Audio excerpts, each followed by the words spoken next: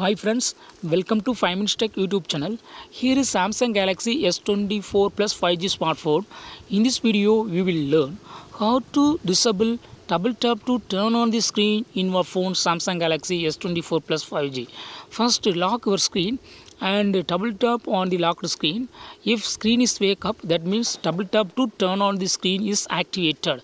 Suppose if you would like to deactivate or disable this feature, yes, you can do it. What you got to do is go to the settings of your phone here and then go to advanced features, and here select motions and gestures, and here just to turn off this button, double tap to turn on the screen.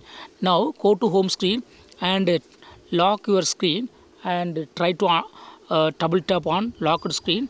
Now phone screen is not wake up. Okay, it is because it is turned off. Okay, so in this way you can easily turn off or disable double tap to turn off the screen in your turn on the screen in your phone Samsung Galaxy S24 Plus 5G.